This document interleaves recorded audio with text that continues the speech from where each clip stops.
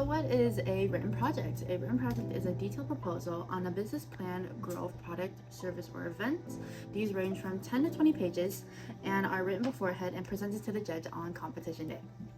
Next, let's talk about how to succeed in your written projects. Let's first talk about the written project itself. Make sure to do your research with your written project and gather information that is relative to what you're writing about. Having good content and knowing what you're talking about on your written project will be good for a judge to know and read while you're giving your presentations. Next, include lots of visual aids in your paper. They will help increase your reader's attention span and it will maybe even fill up the page. Lastly, make sure you know what you're researching. Sometimes your research might not be relative to what you're presenting, or it might not just be useful at all. So know what you are doing. Now, let's talk about the presentation part of your written project. After all of your months of hard work, you're finally going to present it at districts. Now, you have a maximum of 15 minutes to present.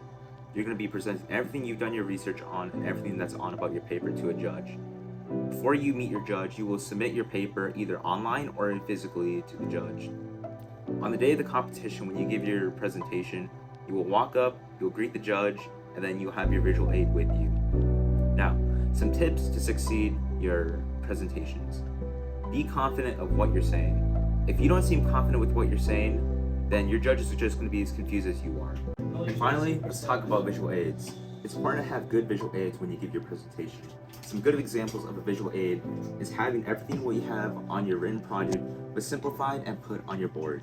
You want to have it nice and big and legible so your judge can read, yet simple enough that your judge can understand. And you want to make sure you have pictures too. Your judge wants to see what you're looking at. They want to see what they want to see. Some bad examples though is some small text, barely anything, and it looks really bland.